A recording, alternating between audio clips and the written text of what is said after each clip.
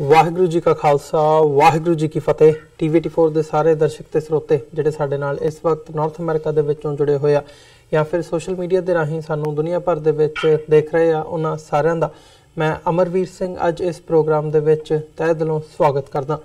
Viewers, ਅਸੀਂ ਪਿਛਲੇ ਦਿਨਾਂ ਦੇ ਵਿੱਚ ਦੇਖਿਆ, ਪਿਛਲੇ ਹਫਤੇ ਦੀ ਵੱਡੀ ਖਬਰ ਸੀ ਕਿ ਪੰਜਾਬ ਦੇ ਵਿੱਚ ਨਵਾਂ ਸ਼ਹਿਰ ਦੀ ਇੱਕ ਅਦਾਲਤ ਵੱਲੋਂ 3 ਸਿੱਖ ਨੌਜਵਾਨਾਂ ਨੂੰ ਲਾਈਫ ਸੈਂਟੈਂਸ ਦਿੱਤੀ ਗਈ ਹੈ। ਉਹਨਾਂ ਨੂੰ ਉਮਰ ਕੈਦ ਦੀ ਸਜ਼ਾ ਜਿਹੜੀ ਹੈਗੀ ਹੈ ਉਹ ਸੁਣਾਈ ਗਈ ਹੈ। ਉਹਦੇ ਵਿੱਚ ਜਿਹੜੀਆਂ ਧਾਰਾਵਾਂ ਲਾਈਆਂ ਗਈਆਂ ਨੇ ਉਹ ਹੈਗੀਆਂ ਨੇ ਕਿ ਉਹਨਾਂ ਨੇ ਭਾਰਤ ਦੀ ਜਿਹੜੀ ਸਟੇਟ ਹੈਗੀ ਹੈ ਉਹਦੇ ਖਿਲਾਫ ਜੰਗ ਵਿੱਢੀ ਹੈ ਤੇ ਜੰਗ ਵਿੱਢਣ ਦੀ ਜਿਹੜੀ ਤਿਆਰੀ ਹੈ ਉਹ ਕੀਤੀ ਹੈ।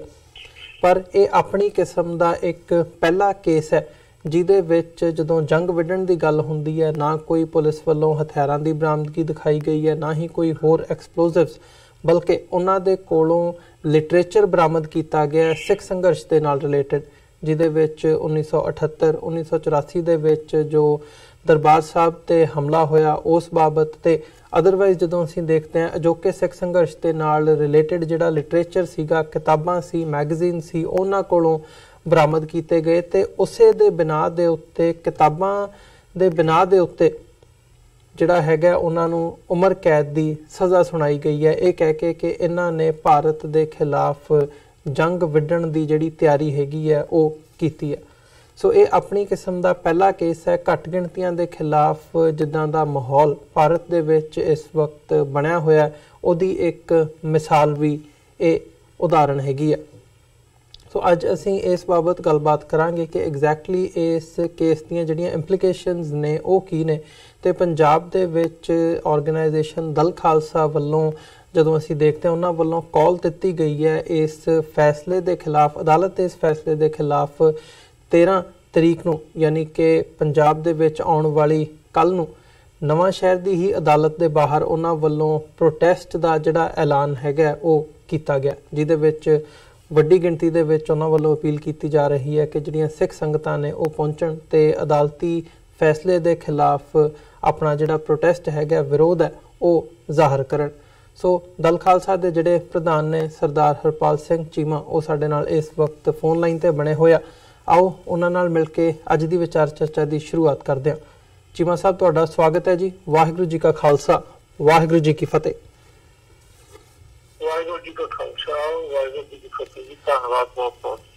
ਚੀਮਾ ਸਾਹਿਬ, ਮੈਂ ਸ਼ੁਰੂਆਤ ਕਰਨਾ ਚਾਹੂੰਗਾ, ਜਿਵੇਂ ਮੈਂ ਆਲਰੇਡੀ ਮੈਂਸ਼ਨ ਕੀਤਾ ਹੈ ਕਿ ਇਹ ਆਪਣੀ ਕਿਸਮ ਦਾ ਪਹਿਲਾ ਕੇਸ ਹੈ ਜਿਹਦੇ ਵਿੱਚ ਹਥਿਆਰਾਂ ਦੀ ਬਰਾਮਦਗੀ ਨਾ ਹੋਈ, ਨਾ ਹੀ ਕੋਈ ਹੋਰ ਐਕਸਪਲੋਸਿਵ, ਨਾ ਹੀ ਕੋਈ ਹੋਰ ਲੜਾਈ ਝਗੜਾ ਮਾਰ ਕੁਟਾਈ ਦੀ ਗੱਲ ਹੋਈ, ਤੇ ਫਿਰ ਵੀ ਭਾਰਤ ਦੇ ਸਟੇਟ ਦੇ ਖਿਲਾਫ ਜੰਗ ਵਿੱਢਣ ਦੀਆਂ ਜਿਹੜੀਆਂ ਧਾਰਾਵਾਂ ਨੇ ਉਹ ਲਾਈਆਂ ਗਈਆਂ ਨੇ, ਸਿਰਫ ਤੇ ਸਿਰਫ ਮਹਿਜ਼ ਧਾਰਮਿਕ ਜਿਹੜਾ ਲਿਟਰੇਚਰ ਹੈਗਾ ਉਹਦੇ ਬਿਹਾਫ ਤੇ ਸਜ਼ਾ ਸੁਣਾਈ ਗਈ ਹੈ। ਸੋ ਕੀ ਕਹਿਣਾ ਚਾਹੋਗੇ ਇਸ ਬਾਰੇ?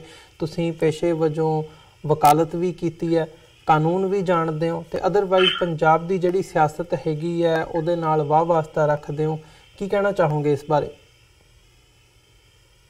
ਦੇਖੋ, ਹਿੰਦੁਸਤਾਨ ਨੇ ਵੱਖ-ਵੱਖ ਸਮੇਂ ਦੇ ਵਿੱਚ ਵੱਖ-ਵੱਖ ਲਾਅ ਹੈ ਜਿਹੜੀ ਧਾਰਾਵਾਂ ਨੇ ਜਾਂ ਐਕਟ ਹੈ ਜਿਹੜੇ ਉਹ ਪਾਰਲੀਮੈਂਟ ਦੇ ਵਿੱਚ ਪਾਸ ਕੀਤੇ ਨੇ ਘੱਟ ਗਿਣਤੀਆਂ ਨੂੰ ਮਤਲਬ ਸੰਵਿਧਾਨਕ ਗੁਲਾਮੀ ਦੇ ਵਿੱਚ ਰੱਖਣ ਦੇ ਲਈ ਜੀ।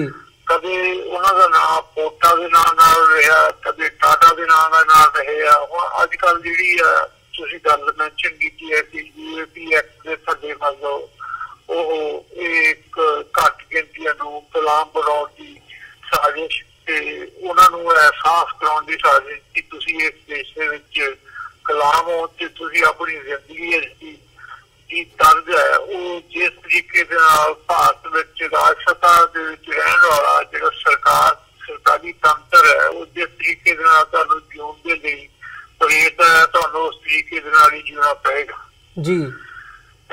ਪਿਛਲੇ ਦਿਨਾਂ ਦੇ ਵਿੱਚ ਇੱਕ ਵਾਕਿਆ ਹੀ ਟਾਟਾ ਦੇ ਫੋਟਾ ਤੋਂ ਬਾਅਦ ਪਹਿਲਾ ਕੇਸ ਹੈ ਕਿ ਇੱਕ 3 ਲੜਕੀਆਂ ਨੌਜਵਾਨਾਂ ਨੂੰ ਘਰ ਦੇ ਵਿੱਚ ਇੱਕ ਖਾਲਿਸਤਾਨੀ ਲਿਟਰੇਚਰ ਰੱਖਣ ਦੇ ਨਾਲ ਜਿਹੜੀ ਉਮਰ ਕੈਦ ਦੀ ਸਜ਼ਾ ਸੁਣਾਈ ਗਈ ਆ। ਹਾਲਾਂਕਿ ਉਹ ਲਿਟਰੇਚਰ ਹੈ ਜਿਹੜਾ ਉਹ ਬਾਹਰ ਆਮ ਦੁਕਾਨਾਂ ਦੇ ਉੱਤੇ ਖੁੱਲ੍ਹਾ ਮਿਲਦਾ ਆ ਤੇ ਖੁੱਲ੍ਹਾ ਵਿਕਦਾ ਆ, ਮਤਲਬ ਇਹ ਪਬਲਿਸ਼ ਹੁੰਦਾ ਆ ਜਦੋਂ ਕਿ ਪਹਿਲਾਂ ਸਭ ਤੋਂ ਪਹਿਲਾਂ ਇਹਨਾਂ ਕੇਸਿਸ ਦੇ ਵਿੱਚ ਜਿਹੜੇ ਪਬਲਿਸ਼ਰ ਨੇ ਜਾਂ ਵੇਚਣ ਵਾਲੇ ਨੇ ਉਹਨਾਂ ਨੂੰ ਕਿਸੇ ਨੂੰ ਸਜ਼ਾ ਹੋਣੀ ਚਾਹੀਦੀ ਹੈ। ਪਬਲਿਕਲੀ ਤੌਰ ਦੇ ਉੱਤੇ ਉਹਦੀ ਨੋਟਿਸ ਲੱਗਣੀ ਚਾਹੀਦੀ ਹੈ ਕਿ ਆਹ ਲਿਟਰੇਚਰ ਹੈ ਜਿਹੜਾ ਇਹ ਕਿਸੇ ਦੇ ਘਰ ਦੇ ਵਿੱਚੋਂ ਵੀ ਮਿਲਿਆ ਜਾਂ ਕਿਸੇ ਵੀ ਦੁਕਾਨ ਦੇ ਵਿੱਚੋਂ ਮਿਲਿਆ ਤੇ ਉਸ ਨੂੰ ਕਾਨੂੰਨ ਦੇ ਮੁਤਾਬਕ ਸਜ਼ਾ ਦਿੱਤੀ ਜਾਊਗੀ ਜੀ। ਉਹਦੇ ਤੇ ਬੈਨ ਲੱਗਣਾ ਚਾਹੀਦਾ, ਬੈਨ ਲਾਇਆ ਜਾਵੇ ਉਸ ਲਿਟਰੇਚਰ ਦੇ ਤੇ। ਔਰ ਫਿਰ ਉਸ ਤੋਂ ਬਾਅਦ ਜੇ ਉਹ ਲਿਟਰੇਚਰ ਅਗਰ ਕਿਸੇ ਦੇ ਘਰ ਤੋਂ ਫੜਿਆ ਜਾਂਦਾ ਹੈ, ਕਿਸੇ ਕੋਲੋਂ ਛਾਪਾਮਾਰੀ ਦੇ ਵਿੱਚ ਕਿਸੇ ਘਰ ਦੇ ਵਿੱਚੋਂ ਨਿਕਲਦਾ ਜਾਂ ਕਿਸੇ ਆਫਿਸ ਚੋਂ ਨਿਕਲਦਾ ਹੈ, ਤਾਂ ਤੁਸੀਂ ਉਸ ਨੌਜਵਾਨ ਨੂੰ ਉਸ ਆਦਮੀ ਨੂੰ ਤੁਸੀਂ ਚਾਰਜ ਕਰ ਸਕਦੇ ਹੋ ਇਸ ਧਾਰਾ ਦੇ ਥੱਲੇ ਜੋ ਵੀ ਤੁਸੀਂ ਬਣਾਈ ਹੈ ਜੀ। ਇਹ ਸਿੱਧਾ ਮਤਲਬ ਤੌਰ ਦੇ ਉੱਤੇ ਇੱਕ ਗੁਲਾਮੀ ਦੀ ਨਿਸ਼ਾਨੀ ਹੈ। ਔਰ ਇਹਨਾਂ ਨੇ ਪਿਛਲੇ ਦਿਨਾਂ ਦੇ ਵਿੱਚ 3 ਨੌਜਵਾਨਾਂ ਨੂੰ ਉਮਰ ਕੈਦ ਦੀ ਸਜ਼ਾ ਸੁਣਾਈ ਹੈ ਤੇ ਅਸੀਂ ਜਿਸ ਤਰੀਕੇ ਨਾਲ ਤੁਸੀਂ ਕਿਹਾ ਅਸੀਂ ਇਸ ਦੇ ਵਾਰਤਾਲਾਪ ਦੇ ਵਿੱਚ ਪਰਸੋਂ ਕੱਲ ਨੂੰ ਮੰਨ ਲਓ 13 ਤਰੀਕ ਨੂੰ ਅਸੀਂ ਨਵਾਂ ਸ਼ਹਿਰ ਦੇ ਵਿੱਚ ਇੱਕ ਪ੍ਰੋਟੈਸਟ ਮਾਰਚ ਰੱਖਣਾ, ਲੋਕਾਂ ਦੇ ਵਿੱਚ ਚੇਤਨਤਾ ਲੈ ਕੇ ਆਉਣ ਦੇ ਲਈ, ਲੋਕਾਂ ਦੀ ਅਵੇਅਰਨੈਸ ਲੈ ਕੇ ਆਉਣ ਦੇ ਲਈ ਕਿ ਇਹ ਜਿਹੜੀ ਹਿੰਦੁਸਤਾਨ ਦੀ ਜੁਡੀਸ਼ਰੀ ਆ ਇਹ ਕਿਸ ਵੱਲ ਨੂੰ ਵੱਧ ਰਹੀ ਆ ਔਰ ਕਿਸ ਤਰੀਕੇ ਦੇ ਨਾਲ ਇਹ ਘੱਟ ਗਿਣਤੀਆਂ ਦੇ ਉੱਤੇ ਮਤਲਬ ਜਿਹੜਾ ਘੱਟ ਗਿਣਤੀਆਂ ਦੇ ਉੱਤੇ ਜ਼ਬਰ ਜ਼ੁਲਮ ਹੋ ਰਿਹਾ ਹੈਗਾ ਜੀ। ਦੇਖੋ ਜੁਡੀਸ਼ਰੀ ਇੱਕ ਏਦਾਂ ਦੀ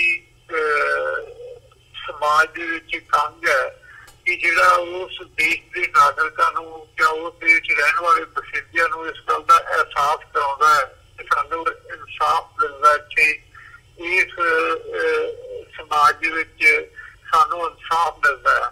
ਪਰ ਅਗਰ ਉੱਥੋਂ ਹੀ ਤੁਹਾਨੂੰ ਉਸ ਜੁਡੀਸ਼ਰੀ ਤੋਂ ਹੀ ਤੁਹਾਨੂੰ ਬੇਇਨਸਾਫੀ ਜ਼ੁਲਮ ਜ਼ਬਰ ਮਿਲੇ ਜਾਂ ਤੁਹਾਨੂੰ ਇਸ ਦੇ ਨਾਲ ਪੋਲੀਟੀਕਲੀ ਕਰਪਟ ਹੋਵੇ ਉਹ ਸਿਸਟਮ, ਪੋਲੀਟੀਕਲੀ ਪ੍ਰੈਸ਼ਰਾਈਜ਼ ਕੀਤਾ ਜਾਵੇ ਔਰ ਸਾਰੀ ਜਿਹੜਾ ਉਹਦੀਆਂ ਮਤਲਬ ਇਹਦੀ ਹੋਰ ਵੀ ਮਿਸਾਲ ਹੈ ਯੂਪੀ ਟਾਂਡਾ ਦੇ ਵਿੱਚ ਜਿਹੜੀ ਪ੍ਰੋਫੈਸਰ ਦਰਿੰਦਰਪਾਲ ਭੁੱਲਰ ਨੂੰ ਸਜ਼ਾ ਦਿੱਤੀ ਗਈ ਹੈ ਦਿੱਤੀ ਗਈ ਸੀਗੀ ਫਾਂਸੀ ਦੀ, ਉਹ ਵੀ ਇਸੇ ਏਦਾਂ ਦਾ ਹੀ ਇੱਕ ਐਕਟ ਸੀਗਾ ਕਿ ਮਤਲਬ ਕਿ ਅਗਰ ਕੋਈ ਬੰਦਾ ਕਿਸੇ ਮੈਜਿਸਟਰੇਟ ਦੇ ਅੱਗੇ ਜਾਂ ਕਿਸੇ ਆਫਿਸਰ ਦੇ ਅੱਗੇ ਜਿਹੜਾ ACP ਲੈਵਲ ਦਾ ਜਾਂ DCP ਲੈਵਲ ਦਾ ਉਹਦੇ ਅੱਗੇ ਕੋਈ ਗੱਲ ਨੂੰ ਮੰਨਦਾ ਹੈ ਤੇ ਇਹਦਾ ਮਤਲਬ ਉਹਦੀ ਪ੍ਰੋਫੈਸ਼ਨਲ ਸਟੇਟਮੈਂਟ ਦੇਣੀ ਜਾਊਗੀ ਔਰ ਉਸੇ ਪ੍ਰੋਫੈਸ਼ਨਲ ਸਟੇਟਮੈਂਟ ਦੇ ਉੱਤੇ ਚਾਹੇ ਉਹ ਬਾਅਦ ਦੇ ਵਿੱਚ ਮੁੱਕਰ ਵੀ ਜਾਵੇ ਨਾਲ ਦੇ ਵਿੱਚ ਆ ਕੇ ਤੇ ਉਹਨੂੰ ਸਜ਼ਾ ਦਿੱਤੀ ਜਾ ਸਕਦੀ ਹੈ ਜੀ। ਸੋ ਇਸੇ ਤਰੀਕੇ ਦੇ ਨਾਲ ਇਹਨਾਂ ਨੇ ਇਸ ਲਿਟਰੇਚਰ ਦੀ ਜਿਹੜੀ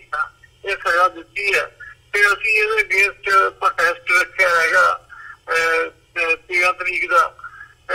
ਸੋ ਬਹੁਤ ਵੱਡਾ ਇਹ ਜਿਹੜਾ ਜੁਡੀਸ਼ਰੀ ਤੌਰ ਤੇ ਇੱਕ ਬੇਇਨਸਾਫੀ ਜੁਡੀਸ਼ੀਅਲ ਤੌਰ ਦੇ ਉੱਤੇ ਹਿੰਦੁਸਤਾਨ ਦੇ ਵਿੱਚ ਰਹਿਣ ਵਾਲੀਆਂ ਘੱਟ ਗਿਣਤੀਆਂ ਦੇ ਲੋਕਾਂ ਦੇ ਅਗੇਂਸਟ, ਕਿਉਂਕਿ ਉਹ ਚੀਜ਼ ਜਿਹੜਾ ਐਕਟ ਹੈ ਤਾਂ ਦੀ ਉਹਨਾਂ ਦੀ ਵਰਤੋਂ ਹੈ ਜਿਹੜੀ ਉਹ ਘੱਟ ਗਿਣਤੀਆਂ ਦੇ ਅਗੇਂਸਟ ਹੁੰਦੀ ਹੈ ਜਾਂ ਉਹ ਸਿੱਖਾਂ ਦੇ ਅਗੇਂਸਟ ਹੁੰਦੀ ਹੈ ਜਾਂ ਮੁਸਲਮਾਨਾਂ ਦੇ ਅਗੇਂਸਟ ਹੁੰਦੀ ਹੈ। ਸੋ ਅਸੀਂ ਇਸ ਗੱਲ ਨੂੰ ਲੈ ਕੇ ਇਹ ਪ੍ਰੋਟੈਸਟ ਹੈ ਜਿਹੜਾ ਉਹ ਰੱਖਿਆ ਜੀ।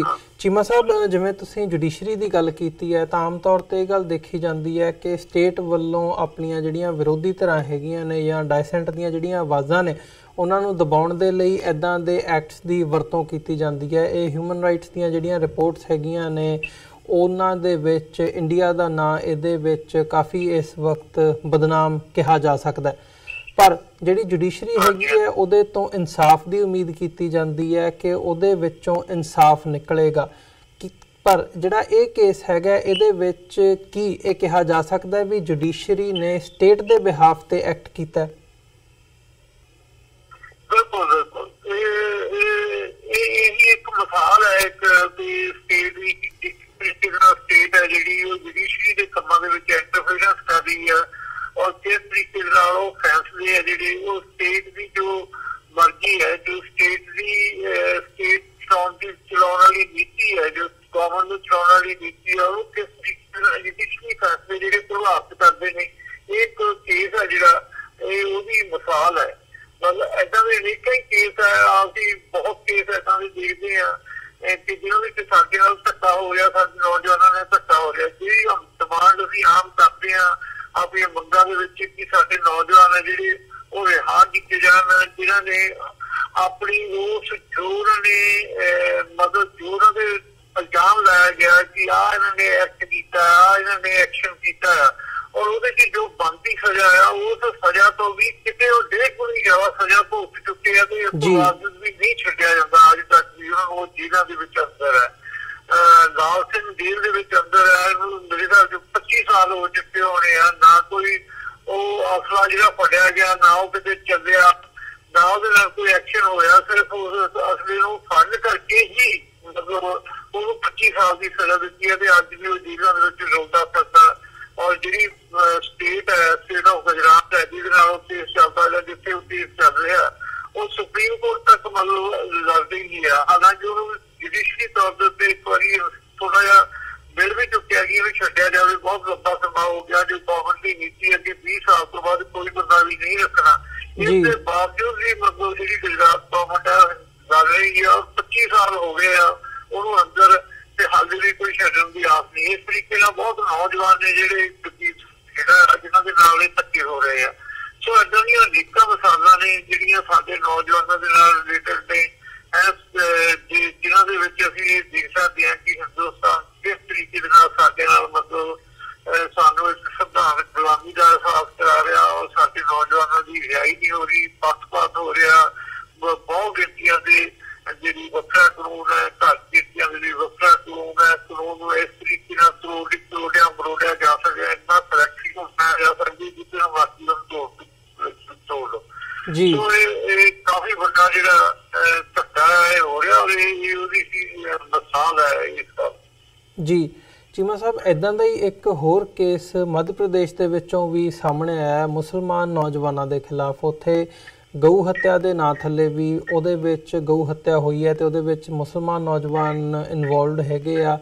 3 ਜਿਹੜੇ ਮੁਸਲਮਾਨ ਨੌਜਵਾਨ ਹੈਗੇ ਆ ਉਹਨਾਂ ਦੇ ਖਿਲਾਫ NSA ਨੈਸ਼ਨਲ ਸਿਕਿਉਰਿਟੀ ਐਕਟ ਦੇ ਤਹਿਤ ਜਿਹੜਾ ਹੈਗਾ ਉਹ ਮਾਮਲਾ ਦਰਜ ਕੀਤਾ ਗਿਆ। ਨੈਸ਼ਨਲ ਸਿਕਿਉਰਿਟੀ ਐਕਟ ਉਦੋਂ ਲਾਇਆ ਜਾਂਦਾ ਜਦੋਂ ਕੋਈ ਨੈਸ਼ਨਲ ਸਿਕਿਉਰਿਟੀ ਦਾ ਮਾਮਲਾ ਹੋਵੇ, ਭਾਰਤ ਦਾ ਜਦੋਂ ਕੋਈ ਸਿਕਿਉਰਿਟੀ ਕ੍ਰਾਈਸਿਸ ਹੋਵੇ, ਉਸ ਸਿਚੁਏਸ਼ਨ ਦੇ ਵਿੱਚ, ਉਸ ਸਥਿਤੀ ਦੇ ਵਿੱਚ ਉਹ ਐਕਟ ਲਾਇਆ ਜਾਂਦਾ। ਪਰ ਹੁਣ ਗਊ ਹੱਤਿਆ ਦੇ ਮਾਮਲੇ ਦੇ ਵਿੱਚ ਵੀ NSA ਲਾਇਆ ਗਿਆ ਤੇ ਮੁਸਲਮਾਨਾਂ ਨੂੰ ਟਾਰਗੇਟ ਕੀਤਾ ਗਿਆ।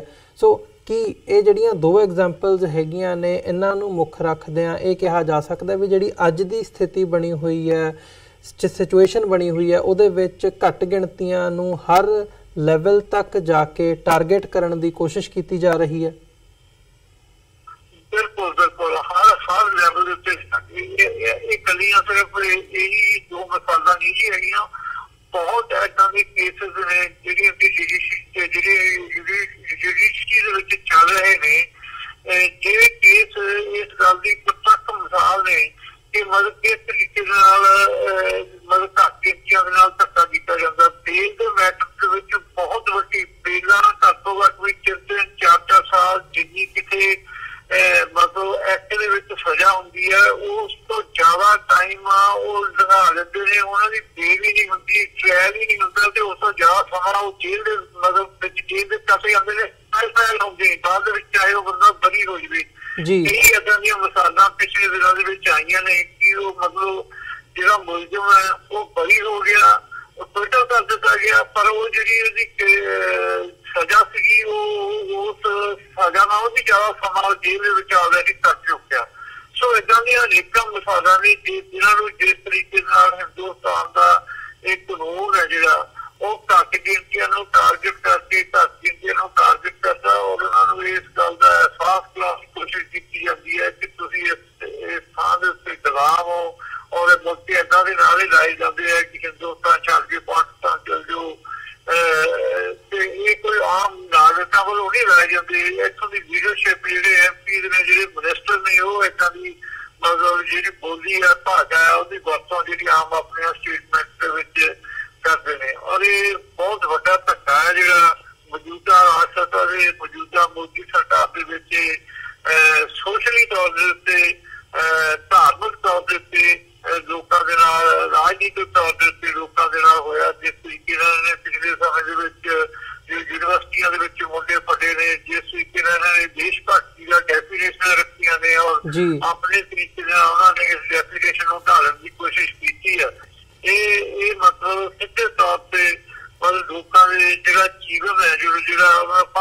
ਜੀਵਨ ਹੈ, ਪ੍ਰਾਈਵੇਟ ਜੀਵਨ ਹੈ, ਉਹਦੇ ਵਿੱਚ ਦਖਲਅੰਦਾਜ਼ੀ ਹੈ ਔਰ ਉਹਨੂੰ ਆਪਣੇ ਤਰੀਕੇ ਨਾਲ ਜਿਉਣ ਦੇ ਲਈ ਉਹਦੇ ਤੇ ਜ਼ੋਰ ਜ਼ਬਰ ਕਰ ਰਹੇ ਹਨ। ਜੀ ਚੀਮਾ ਸਾਹਿਬ, ਜਿਹੜਾ ਇਹ ਪ੍ਰੋਟੈਸਟ ਤੁਸੀਂ ਰੱਖਿਆ ਇਸ ਕੇਸ ਦੇ ਖਿਲਾਫ, ਜਿਹੜਾ ਇਹ ਅਦਾਲਤੀ ਫੈਸਲਾ ਆਇਆ 3 ਸਿੱਖ ਨੌਜਵਾਨਾਂ ਨੂੰ ਇੰਡਾਈਟ ਕਰਨ ਦਾ, ਇਹਦੇ ਖਿਲਾਫ ਜਿਹੜਾ ਪ੍ਰੋਟੈਸਟ ਤੁਸੀਂ 13 ਫਰਵਰੀ ਨੂੰ ਰੱਖਿਆ, ਕਿ ਉਹਦੇ ਵਿੱਚ ਮੁਸਲਮਾਨਾਂ ਦੇ ਨਾਲ ਵੀ ਕੋਈ ਸਾਂਝ ਭਿਆਲੀ ਦੀ ਗੱਲ ਨਜ਼ਰ ਆਵੇਗੀ? ਉਹਨਾਂ ਨਾਲ ਕੋਈ ਗੱਲਬਾਤ ਕੀਤੀ ਜਾ ਰਹੀ ਹੈ? ਕਿਉਂਕਿ ਜਦੋਂ ਘੱਟ ਗਿਣਤੀਆਂ ਦੀ ਪਲਾਈਟ ਦੀ ਗੱਲ ਕੀਤੀ ਜਾਂਦੀ ਹੈ ਤਾਂ ਇਹੀ ਇੱਕ ਰਸਤਾ ਬਚਦਾ ਹੈ ਕਿ ਇਕੱਠੇ ਹੋ ਕੇ ਆਵਾਜ਼ ਬੁਲੰਦ ਕੀਤੀ ਜਾਵੇ।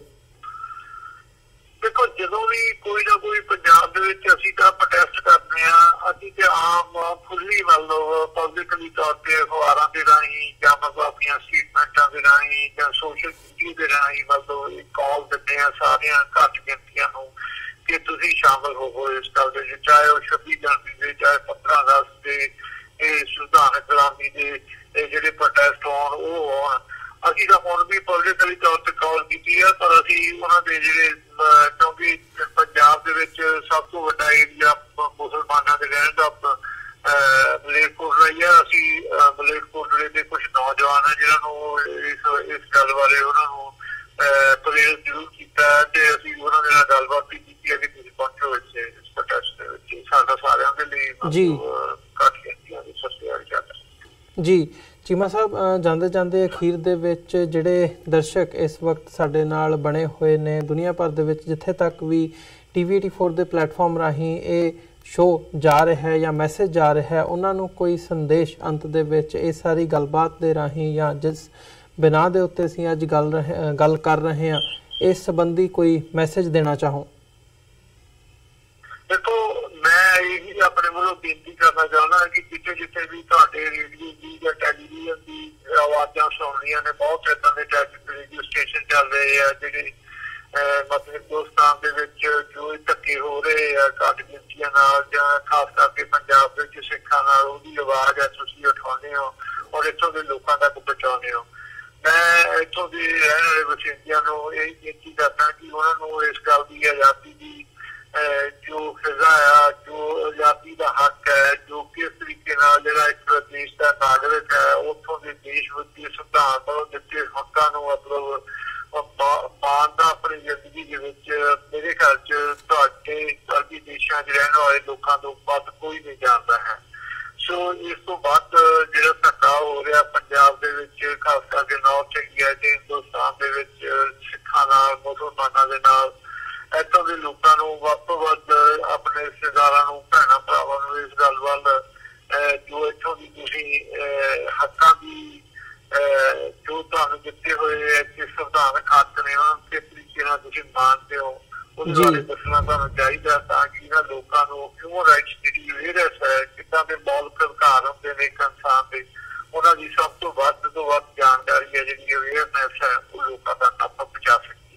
ਜੀ ਬਿਲਕੁਲ ਚੀਮਾ ਸਾਹਿਬ, ਤੁਹਾਡਾ ਬਹੁਤ ਬਹੁਤ ਧੰਨਵਾਦ, ਤੁਸੀਂ ਆਪਣਾ ਸਮਾਂ ਕੱਢਿਆ ਤੇ ਸਾਡੇ ਨਾਲ ਵਿਚਾਰਾਂ ਦੀ ਸਾਂਝ ਪਾਈ ਹੈ। ਅੱਜ ਦੇ ਸ਼ੋਅ ਦੇ ਵਿੱਚ ਇੱਥੇ ਹੀ ਇਜਾਜ਼ਤ ਚਾਹਾਂਗੇ ਜੀ ਤੁਹਾਡੇ ਕੋਲੋਂ। ਫਤਿਹ ਦੀ ਸਾਂਝ ਪਾਈਏ ਅੰਤ ਦੇ ਵਿੱਚ। ਵਾਹਿਗੁਰੂ ਜੀ ਕਾ ਖਾਲਸਾ, ਵਾਹਿਗੁਰੂ ਜੀ ਕੀ ਫਤਿਹ। ਵਾਹਿਗੁਰੂ ਜੀ ਕੀ ਫਤਿਹ। ਵਿਊਅਰਸ, ਉਮੀਦ ਕਰਦੇ ਹਾਂ ਕਿ ਜਿਹੜੀ ਅੱਜ ਦੀ ਸਾਡੀ ਇਹ ਗੱਲਬਾਤ ਸੀ ਸਰਦਾਰ ਹਰਪਾਲ ਸਿੰਘ ਚੀਮਾ, ਜਿਹੜੇ ਕਿ ਪ੍ਰਧਾਨ ਹੈਗੇ ਆ ਦਲ ਖਾਲਸਾ ਜਥੇਬੰਦੀ ਦੇ, ਉਹਨਾਂ ਦੇ ਨਾਲ ਇਹ ਤੁਹਾਨੂੰ ਗੱਲਬਾਤ ਸਾਡੀ ਜ਼ਰੂਰ ਪਸੰਦ ਆਈ ਹੋਵੇਗੀ।